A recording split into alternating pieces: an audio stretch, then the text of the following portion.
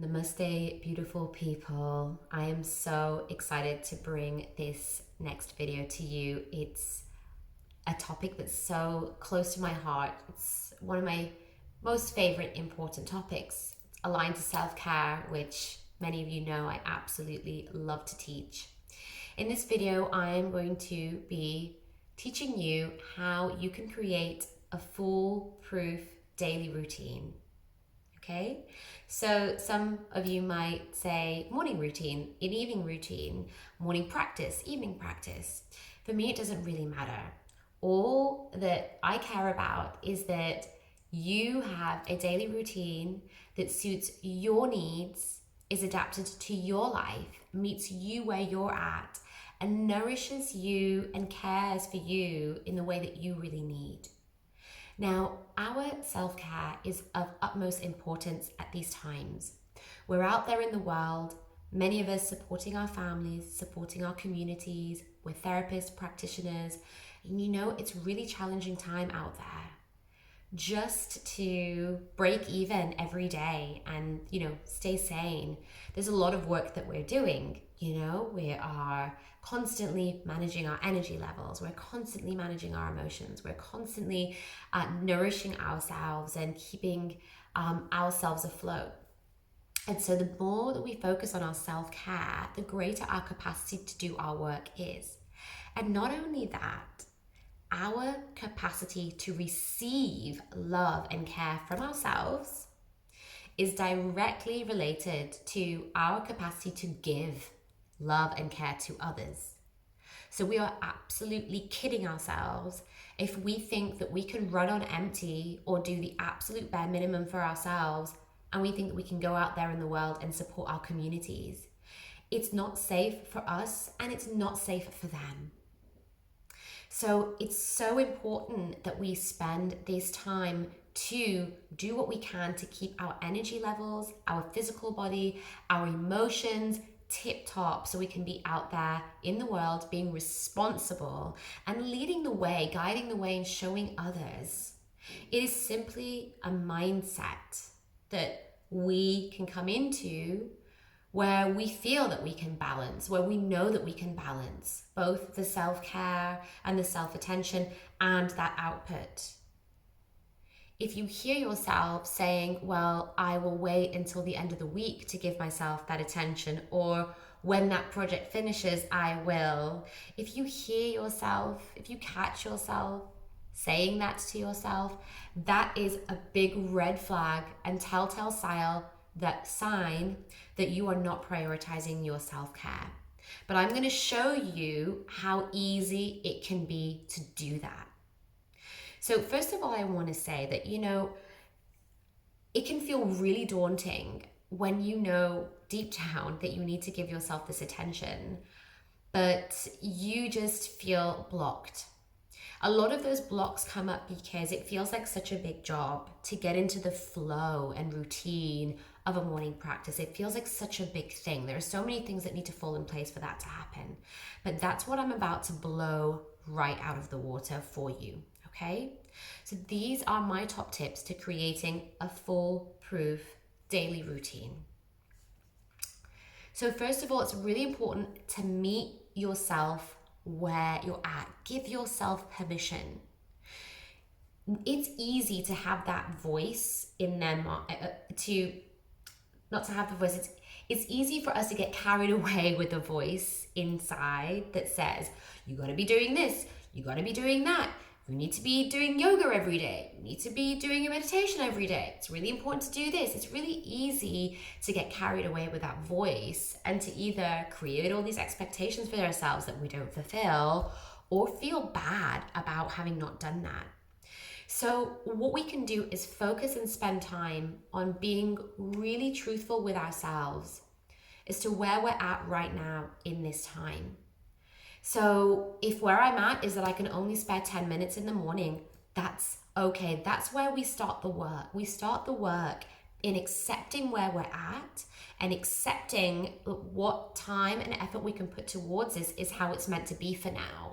Because what will happen is you will find that you'll love it and you'll flow into it, and slowly these things will expand. You'll find more time, you'll put in more effort, and it's going to naturally, organically grow and evolve. But first of all, we've just got to meet ourselves where we're at and honor ourselves where we're at. So if you feel you can only put aside 10 minutes in the morning for a little bit of you time, then think about how you can use that 10 minutes wisely. And that's what I'm going to be sharing with you in the next few points. So my second tip is stop making your morning routine or your daily routine or your idea of it so rigid. It does not have to be this absolute structure that you follow minute after minute, day after day, something that's like a checklist, okay? Your daily routine, the aspects of that are really amazing for your self-care could be like a beautiful menu that every day you can get up and you can choose, okay, I have half an hour this morning. I'm going to choose these 2 things that I love doing out of my menu to do today as part of my morning self-care routine. You know, it helps you to actually learn to respond to what you need, what your body needs, what your mind needs in that moment. It helps you to be present, to really stay present and practice that being in the now. Okay, so absolutely stop making it rigid. Allow yourself to flow into your menu. What would you like to choose from your menu this morning or this evening? Okay, so my next top tip is about making it holistic. And this means that it can also include fun bits, because you know, our self-care routines aren't just about getting our body to look great or getting us to feel better or improving our mental health. What we're doing is all of these things and more. Our daily routine is about, you know, experiencing joy, love, abundance. So we might want to include music, or we might want to include reading. We might want to include gratitude practices, going into nature. There are so many things, singing, painting, dancing with your children. There's so many things that you might want to include in your menu that you might not have even thought before that you could include in your daily practice. So yeah, just doing yoga, working out, doing meditation, you know, that's just boring. You definitely want to add in some fun, holistic, creative elements into your morning routine possibilities too. So my next bit of advice is to allow plenty of time to move freely in your practice. Now, if you struggle to get some time in the morning because you have children to tend to, you have work to get to early, that's okay. You can always find time later on in the day when you come back from work, or maybe in the evening when the children are in bed. But pick that spot where you absolutely know that you are going to be able to sit yourself down and to spend that time to tend to yourself. So if you feel, right, as soon as the kids are in bed, that's the time I'm going to sit down, because if I don't sit down then, I'm just going to get swept away doing things around the house. Then be really smart about when you pick those times and opportunities to sit down and have your self-care you time. Be really clever. So you're kind of tricking yourself into doing it before you get anything else done. Because let's face it, at the beginning, your self-care is going to seem like, oh, I have to do it. It's like a chore. Like I've had to schedule it in, and the self-care thing is just something I have to do. Because if we don't get disciplined in this way, in terms of integrating our self-care into our daily plan, it's not going to be able to become natural. So I'll tell you just that. It's going to feel like you're forcing it in the beginning, but in time, it will become natural. You won't need to convince yourself to do self-care. It will just be a natural part of your day. You'll be like, oh, I want to do something for myself now. I have half an hour. I'm going to go and sit in the garden with a cup of tea and a book. Okay? It will become natural. So, yeah, so carve out that time for yourself and really prioritize that time. But you give yourself a little bit more than you need. I give myself up to 12 p.m. And okay, I know I'm self employed, I don't have any kids, I don't have my parents that I live with. I absolutely can do that. But I give myself the entire morning for my self care routine. And I tell my clients and I tell my partners and collaborators that I can't work before then because I have learned that I have got to prioritize that above absolutely everything. And that's what I do. So even if I have loads of time, too much time in the morning, I still carve out that time because sometimes I get carried away with something, sometimes I need extra time, and it really helps to have that flexibility. Okay, we're almost at the end. So it's really important to create boundaries with others. So it's kind of moving on from my last point, you might want to have silence in the morning. It's something that my husband and I have been trying out, but actually it takes the whole household to understand and respect that. So there may be things that you want to do that you have to create boundaries with those people around you. So you're going to have to mindfully communicate and let them know why it's important to you to create that boundary so that they're really on board and they're most likely to respectfully adhere to your boundaries. It's totally okay to say to somebody that this is what I want and it would mean a lot for me if you could respect that and help me. We have this thing within us that often we feel like we shouldn't be telling people what we want or what we need or what's important to us. We feel like bad or ashamed to do that. And as our confidence grows, so will this. It will get easier. You'll learn to be okay with it. But for now, just know that your time, your self-care is so important. Other people who care about you will see that and will respect that because they think that you're important too.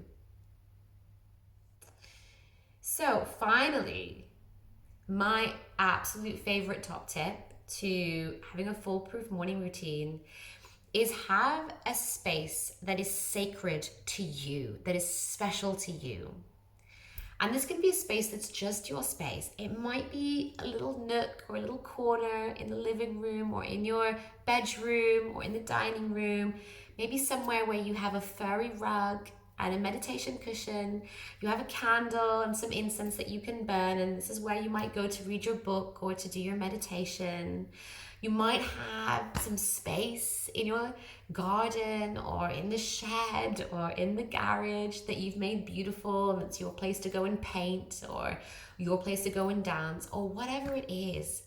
But it's your sacred space that you've put your energy into and you've cultivated the energies around that sacred space and you look forward to going into that sacred space. I love my temple space. I'm in it right now. I spend so much time here.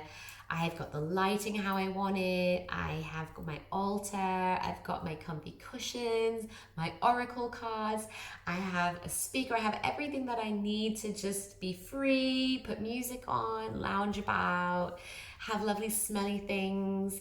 And it just makes me feel so happy. And as soon as I sit down, I feel grounded. I feel I'm in my home. And even if I just spend a few minutes sitting in that space and that's all I have time for that day, it feels so special. It feels like it's amplified the healing effects of that tenfold because it's my space, it's my energy that's been cultivated. It's clear and it's powerful.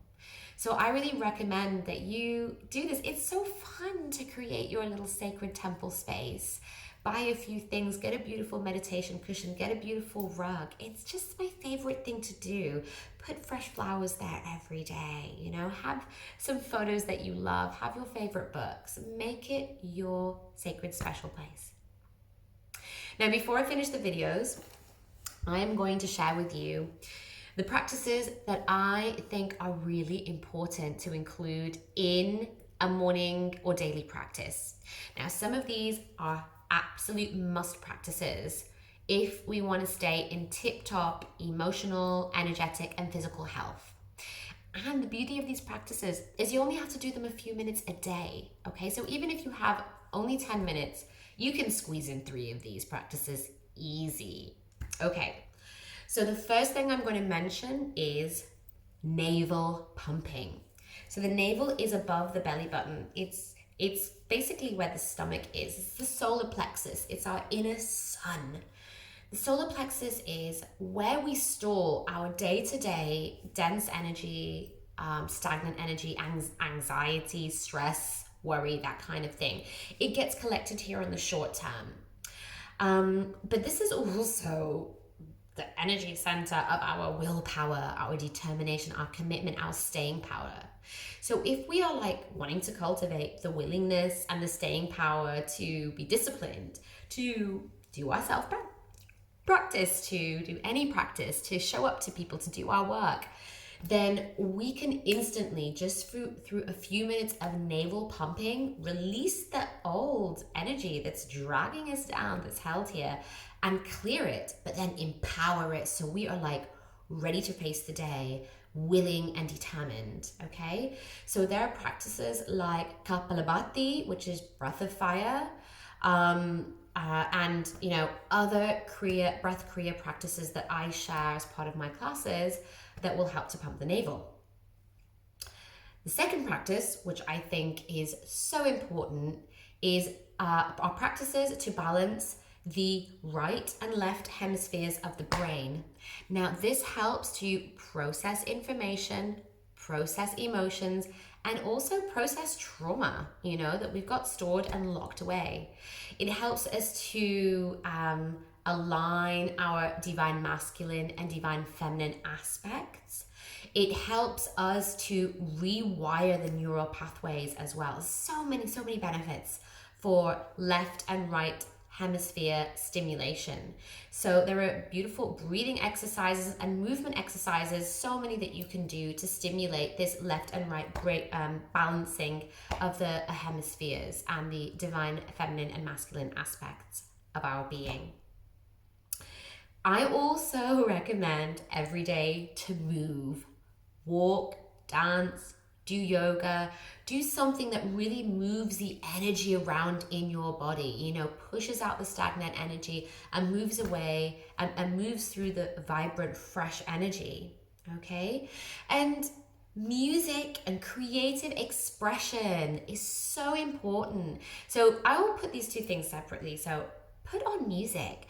Like putting on music, it moves the body. It gets the body's energy system going. It gets us vibrating. It gets us into these beautiful states of joy and love. And so much of the music that we absolutely love really helps to inspire these states. So choose music, devotional music, euphoric music, whatever it is that elevates your consciousness. Silence and meditation are also really amazing practices to do every day. And there's just so many out there. I'm not even going to go into them. But even if you're not a big meditator, maybe you're thinking of getting into it, even just spending 5 minutes sitting in silence, closing your eyes, practicing mindfulness in silence, that is enough. Okay? Mindfulness, just being aware of what's coming up in the mind and not trying to judge it or push it away, just noticing your thoughts. That in itself is so powerful for relaxing and calming the system, and also starting to teach yourself how to really come into presence. So finally, my top tips.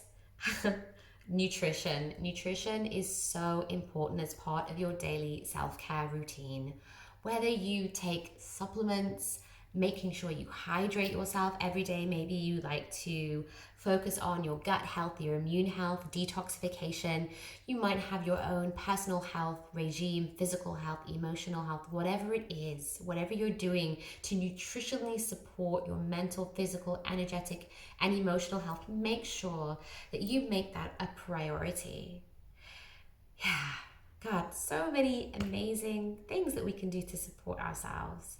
I hope you found this useful, and I hope that this has helped you to refresh your idea and understanding of what, what a daily routine is, and the potential of a daily routine to really transform and shift things for you, to set your day up to be successful, abundant, and joyous. In the broader context, if you can on a weekly basis enjoy walking, being in nature, and immersing yourself in nature, self-healing through Reiki, through yoga, balancing your chakras, going in and making offerings to nature, making offerings to the divine. If you can incorporate these things in also to your daily practice or daily routines, but more on a weekly basis, then you're going to be flying. You're going to be so connected and feel so abundant and feel the joys of being alive. I hope that this video has supported you. Please do let me know feedback, and I'm so looking forward to connecting with you again. Namaste.